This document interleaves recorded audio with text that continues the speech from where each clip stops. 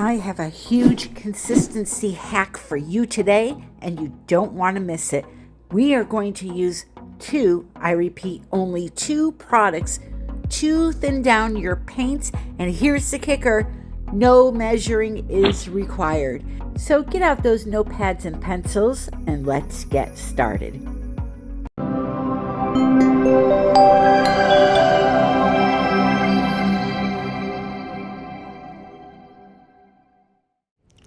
Hello, my friends. Welcome back to another video. So, last week there was no video, and that is because I am on vacation. That's right. I am in Florida, enjoying the beautiful sun at one of my viewers / best friend's home. She has one of my paintings up there on her wall. But anyway, I am on vacation. And I decided I would set up a little table here and teach you the easiest way to do acrylic pouring. It does not have to be hard. It does not need to be complicated. And for any new pour artists out there that are watching this video for the first time, I implore you to go to my channel. Go to the Back to the Basics playlist. Under playlist, if you click on that little tag, you'll see a Back to Basics playlist. There you will find a ton of beginner-friendly videos. Today is no exception. I'm going to teach you how to do acrylic pouring with two products, no measuring, although I will measure on the side just for those that really want to measure. But I try to teach here on this channel to get rid of those measurements and just go with the flow. And you'll see what I mean in a minute. So again, two simple products will achieve a beautiful acrylic pour result for you without any type of measuring. The first product being American Floetrol. The second product being any brand of a fluid style paint. Okay, fluid. It needs to say fluid on the bottle. What this is going to do for you is it's going to teach you what the right consistency is for acrylic pouring, so that when you want to use something like a tube paint or a thicker paint, you will know what the right consistency looks like and feels like. That's very important in this type of art. Consistency is probably the most important thing, because you need to have that right so that your paintings dry and they don't crack. When it comes to the composition and things like that, that's just something that you have to practice and learn over time. Nobody that ever started this just put some paint down on the canvas and blew out a beautiful Dutch pour or tilted a beautiful ring pour. You have to practice those things. But the first most important step is how to thin down the paints. And today I want to teach you that the most easiest way possible. So let me let you in on a little secret and why this works. Why using a fluid paint and American Floetrol together will give you the perfect consistency for 95% of the acrylic pours out there. The reason for that is this. American Floetrol on its own, just right out of the jug, is the consistency of acrylic pouring paints. Side note, I want to apologize if my voice is fluctuating in tone in here. I'm in a totally different area, so it may do that, plus I'm moving around the table. So anyway, the Floetrol, the American Floetrol, not Australian, the American Floetrol is the perfect consistency for acrylic pouring. So what happens is we add something like a fluid paint into this product, because this fluid paint does not have body like a tube paint does. It's not going to change the thickness of this. So just by adding a little bit of that color into a cup full of Floetrol, you're going to have the right consistency. Another thing I'm missing today because I'm not at home is a strainer for my Floetrol, so there's going to be clumps. I didn't have one. Always make sure you strain this stuff before you use it because it is clumpy and it will leave clumps in your painting. So if I want to have a cup of red paint, I would just pour the American Floetrol half the way up the cup, put a few drops of the fluid paint in there, and then voila, I'm done. I have the perfect consistency for almost every single acrylic pour out there. There's an exception, okay? The exceptions are the bloom technique. It's just too thin, plus you don't use American Floetrol to mix your colors in the bloom technique. That's a whole different ball game. And the other one would be the pearl cell technique, because that technique needs to be really, really, really thin. So those two techniques are out, but with this consistency here, I could do a Dutch pour, I could do a ring pour, I could do a swipe, a flip cup, a dirty pour, you name it, I can do it. So again, I have a full cup of American Floetrol. I'll just go and add, I don't know, 5 drops in there. I'll mix it up. If it's not the right shade, I'll add a few drops more.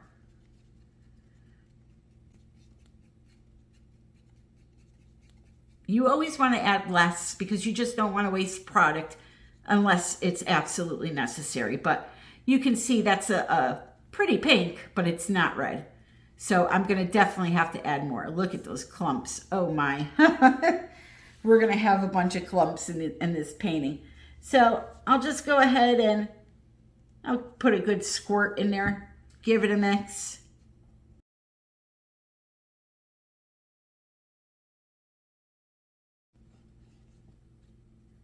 Okay, now that this is really, really mixed up and I'm making a huge mess, there you go. Perfect consistency, and I'll show you up close here. So check this out. Perfect consistency. Flows off the stick quickly. It doesn't go ploop, ploop, ploop off the stick. Leaves a little mound and disappears. So it's that easy. No water, no measuring, no nothing. Now, what I thought I would do is I would mix up a blue and a yellow.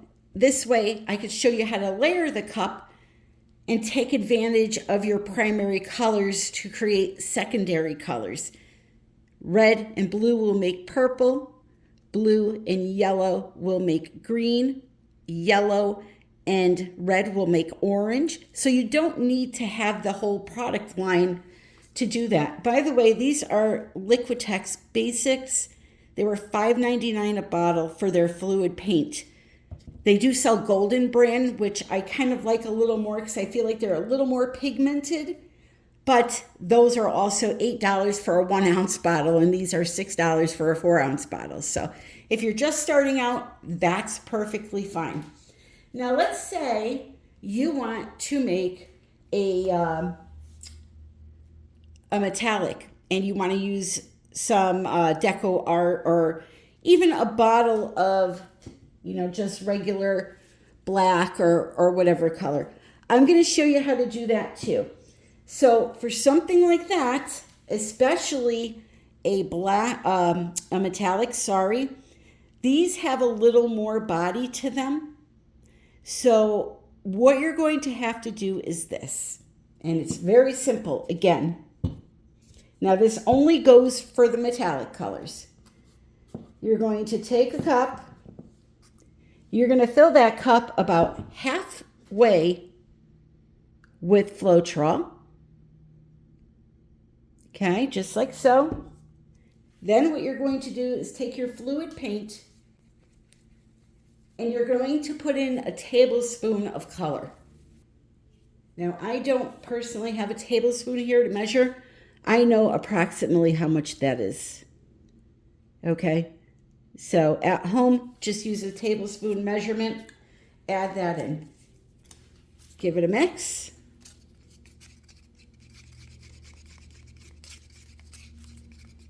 Now here's what's going to happen. And this applies to tube paints, whatever you're using.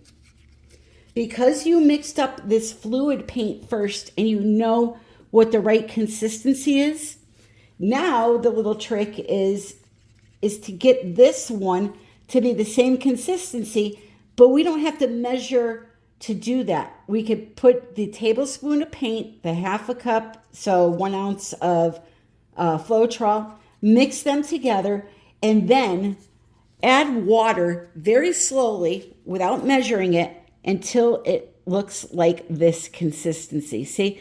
So you don't have to have all these measurements and scales, all that. I have a class coming up August 17th here in Connecticut. I have 4 seats left if anybody is interested in coming. It's a 9 a.m. to 3 p.m. class on a Sunday. No, a Saturday, I believe. And I teach you how to mix paints like this. I teach you how to do it with the scales. We do the bloom technique. We do all of it. It's a great class.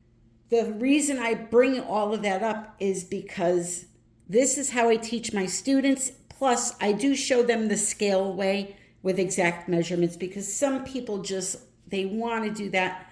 It makes them feel more comfortable, and that's fine. But I'm telling you, in all honesty, and you know me, if you've been here a while, I do not like to leave anything uncovered. I overteach, and I'm telling you, it's perfectly fine not to measure.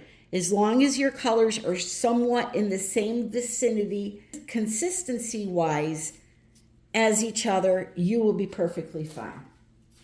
But now I do need to add a little bit of water to this. I don't have a little nice dropper bottle here or anything. I just have a cup, so I have to be very careful. I only need about 1/4 teaspoon, about 5 drops. But again, I don't need to be exact because I have my guide right here to check it against. Now, if I went and added in too much water and it got a little too thin, all I would do is add in either a little more paint or a little more of the American Floetrol to thicken it back up. But I could tell just by feeling it and feeling this one that they are very close in being the same consistency, and they are. Okay? Flows off the stick, leaves a little mound, and disappears. Okay, so that is the easiest way to do this. If you're struggling and you have a bunch of tube paints and you don't know if you're right or not, go out and get yourself a bottle of American Floetrol, one of these Liquitex fluid paints or the Golden brand fluid, whatever brand is out there that you can find. It has to say fluid on it. Add the Floetrol into the cup. Again, no measured amount. If you want to make a full cup, add a full cup of Floetrol. If you want to make a 1/4 cup of red, put a 1/4 cup of Floetrol and a few drops of this until you reach the shade that you want.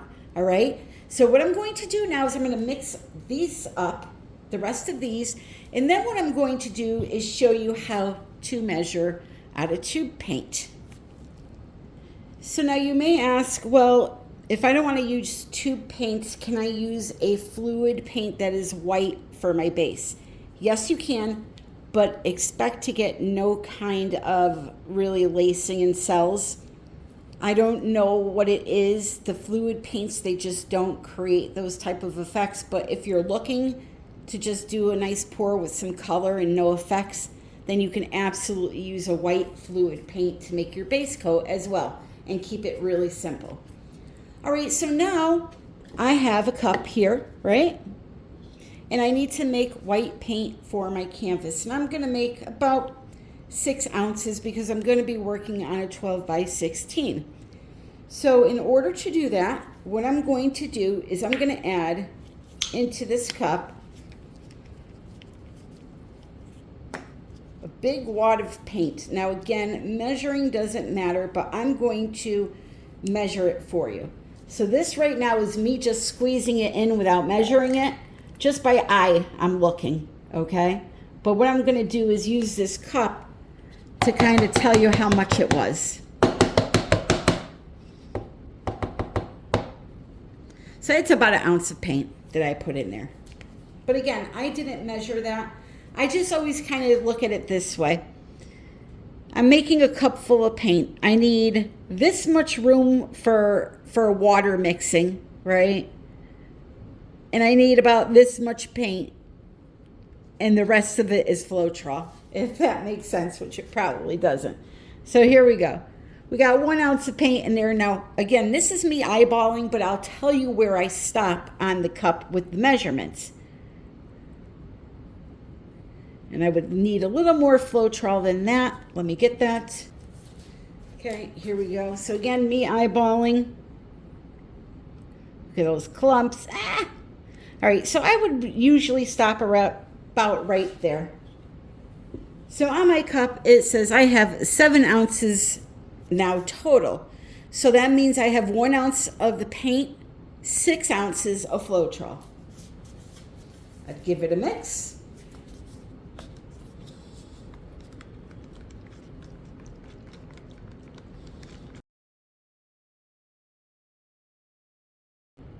And then what I would do, if I didn't know what I was doing, is I would take my fluid paint that I know is the right consistency, and I would judge it.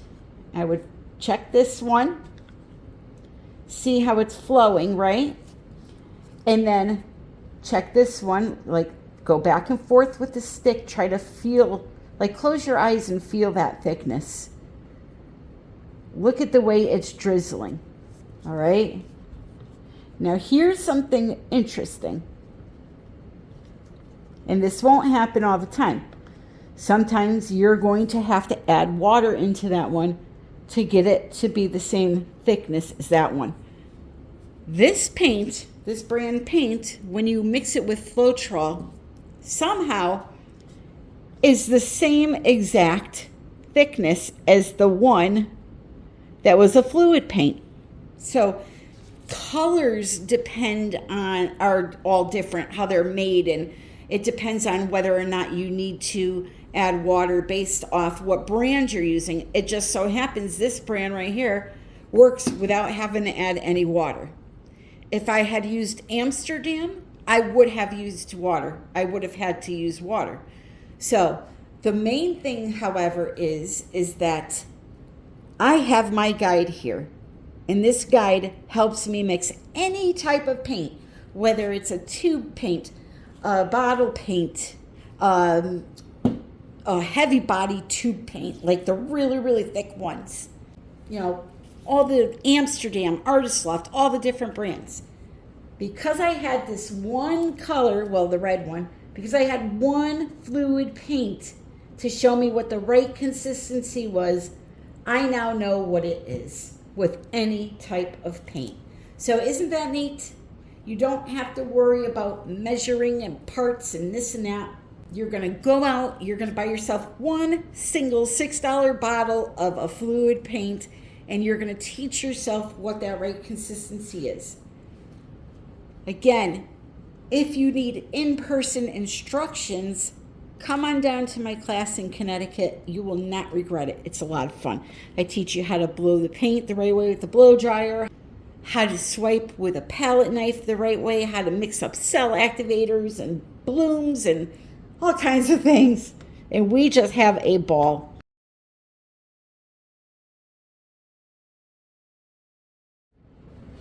I have you on a little bit of an angle so you can hopefully see what I'm doing. So again, here's what we're going to do. I'm going to put in to the cup just a little bit of white, okay? Again, if you see clumps, I apologize. It's just unavoidable right now. And the main reason for this video was to just kind of teach you guys the easy way of mixing up your paints, not to actually create a wonderful piece of art, which I hope we do, but you get my point. So next what I'm going to do is I'm going to put some blue. Now it doesn't matter what color you put in first. If you want to make secondary colors, however, you have to make sure that the right colors are layered on top of each other. So for example, I want to use red and blue to make purple, but I also want to make some green. So if I were to put red right now here and then yellow, I can end up with mud because that purple can mix with the green that creates, and you could get some muddy. So what we'll do is this. We'll make our secondary colors and separate them by some white. Okay, just a little bit of white. So you can see I'm just pouring right on top, nice and slow. They're not really mixing together. And you know, sometimes they don't mix together enough and you don't get a secondary color, but we're gonna try for that. Now what I wanna do is I wanna go ahead and put a little bit of gold.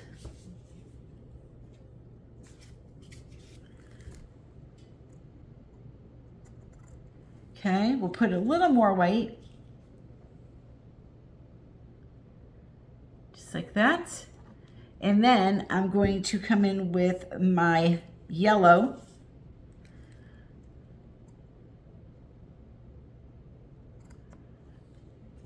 And red. So do you see how there's kind of like sandwiched in between white? So there's that.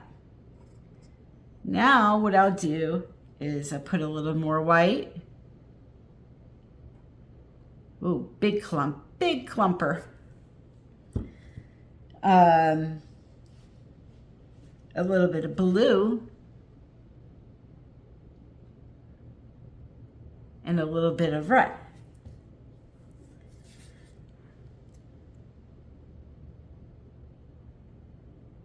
Just like that. All right. So that's 1 cup, but I'm going to make 2.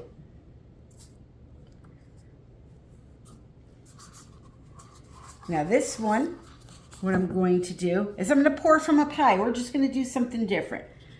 And we'll let the colors churn together with all those clumps. So I filled the cup up about 1/4 of the way with white.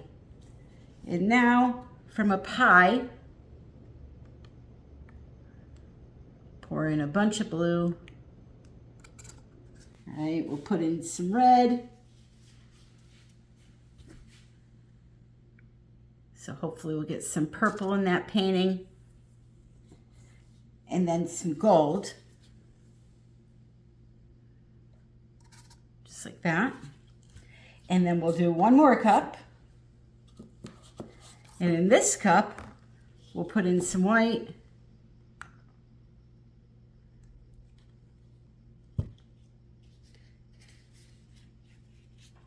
Some yellow. Whoops. Some blue, so we can make some green.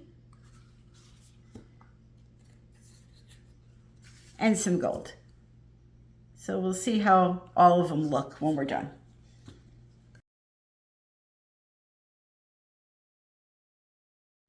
All right, so now what we're gonna do, I'm gonna take this white here, I think, and just pour it on the canvas just to lubricate it so that my colors can float on top of it.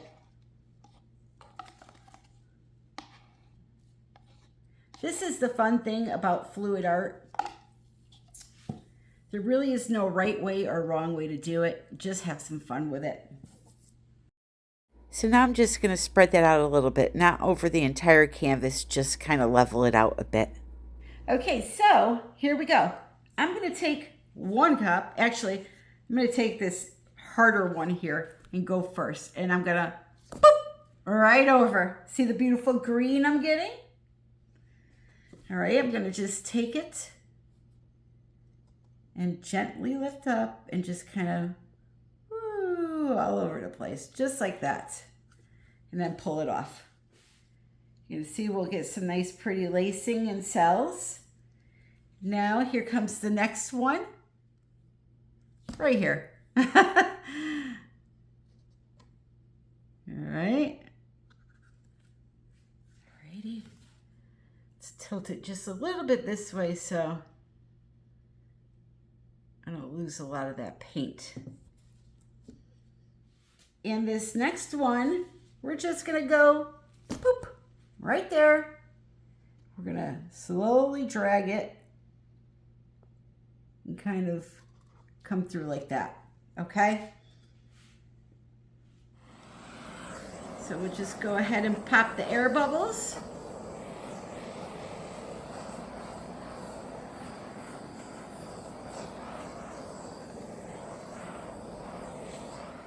So now again, you're going to pick up your canvas and tilt around it. And as I said earlier, achieving the composition you want is going to depend on you practicing, failing, learning from your mistakes. But I promise you, if you do practice often and try your best, you'll eventually get to where you like your paintings and they look beautiful. Put a nice coat of KS resin on this. It's just beautiful, it will be. The colors will be sparkling. It will be a unique gift idea for the holidays. Hey, holidays are right around the corner. And speaking of, I have some fantastic holiday ideas coming out that you can create for family members. It'll look like you bought them $1 million gift by the time I'm done with you. So make sure you are subscribed. You hit that notification bell so that you get notified of when those videos come out. And as you can see, it's very, very simple, my friends. Just forget about the measuring, do what I did in this video, and you will be fine. Now, let's say you didn't like this. Another idea that you can go with is pouring a few ribbons through the painting. So yeah, let's say you didn't like this area.